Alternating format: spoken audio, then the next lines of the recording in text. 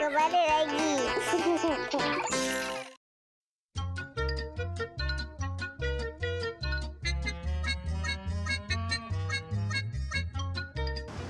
Dah bersedia semua adik-adik untuk kita mulakan main golf?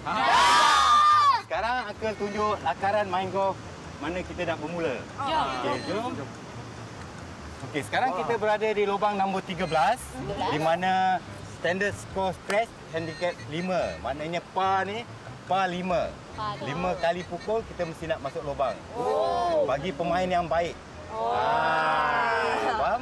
Kemudian dia punya jauh 463 meter.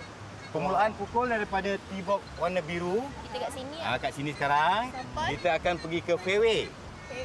Mana di tengah-tengah fairway ni ada bunker. Bunker tu yang bunker tu dia perangkap. Jerat. Yes. Dia jerat, dia ada pasir dalam ni. pasir. Kalau kita tersasar pukul, kita masuk bunker. Dan akan menyukarkan kita nak pukul. Daripada fairway, kita akan pukul ke green. Di mana kita akan tamatkan pukulan kita berapa markah yang kita habis daripada mula pukul tadi. Faham?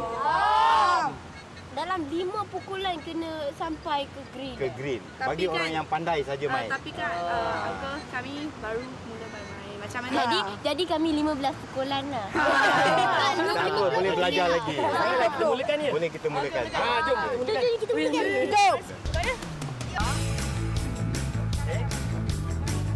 Mula-mula kita berdiri.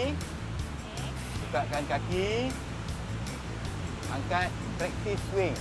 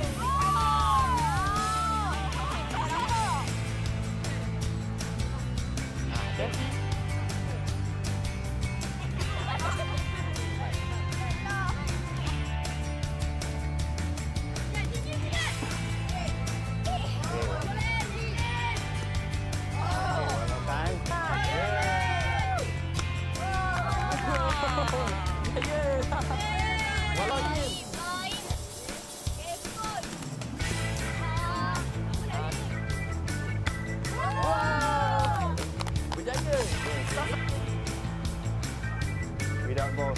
Okay.